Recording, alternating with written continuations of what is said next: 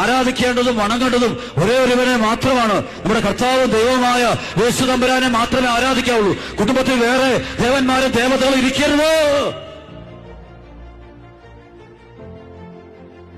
അവിടെ ഉദ്ധിതനായ കർത്താവെ കാണാവുള്ളൂ. അവന്റെ മുമ്പിൽ തിരിതെളിക്കേണ്ടത് അവനെ മഹത്വം. അവനാണ് ദൈവം, അവനാണ് സർവശക്തൻ, അവനാണ് കർത്താവ്. ഹല്ലേലൂയ. വിശുദ്ധിച്ചെന്ന് രക്ഷപ്പെടും. അത് മാറല്, അതൊന്ന് മാറരുത്. അണ് വീടരുത്. ഞാൻ മാറിയിട്ടില്ല.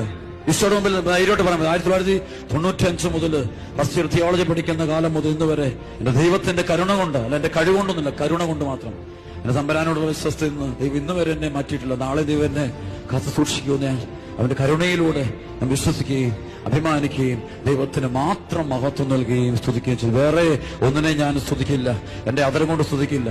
ഞാൻ പാട്ട് പാടും, പക്ഷേ ഈ 20 വർഷത്തെ 22 വർഷം ഒരു സിനിമാ പാട്ട് പോലും അറിയാതൊരു മൂളിപ്പാടി പോലും എന്റെ നാവ് കൊണ്ട് ഞാൻ പാടിയിട്ടില്ല, പാടുകയില്ല. എന്റെ തല പോയാലും പാടില്ല.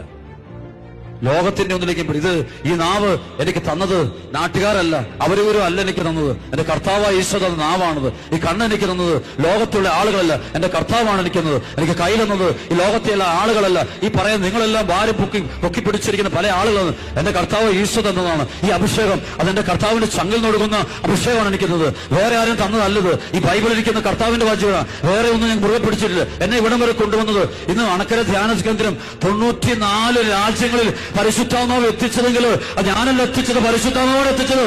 ആ കർത്താവിനെ അല്ലാതെ വേറെ ആരെ ഞാൻ മഹത്വപ്പെടുത്തില്ല, വേറെ ആരെ സ്തുതിക്കുന്നുമില്ല, വേറെ ആരെ ഏറ്റു പറയുകയുമില്ല, വേറെ ഒന്നിന്റെ മുമ്പിൽ കുമ്പിടുകയുമില്ല. ആര് പറഞ്ഞാൽ എവിടെ എന്ത് പവർ ഉണ്ടെന്നോ ഏത് ശക്തിയുണ്ടെന്ന് പറഞ്ഞാലും മനുഷ്യവിഗ്രഹങ്ങളുടെ മുമ്പ് തലകുണിക്കില്ല കർത്താവ്. മനുഷ്യവിഗ്രഹങ്ങൾ, മനുഷ്യദേവന്മാരുണ്ട്, ലോകത്തുണ്ട്.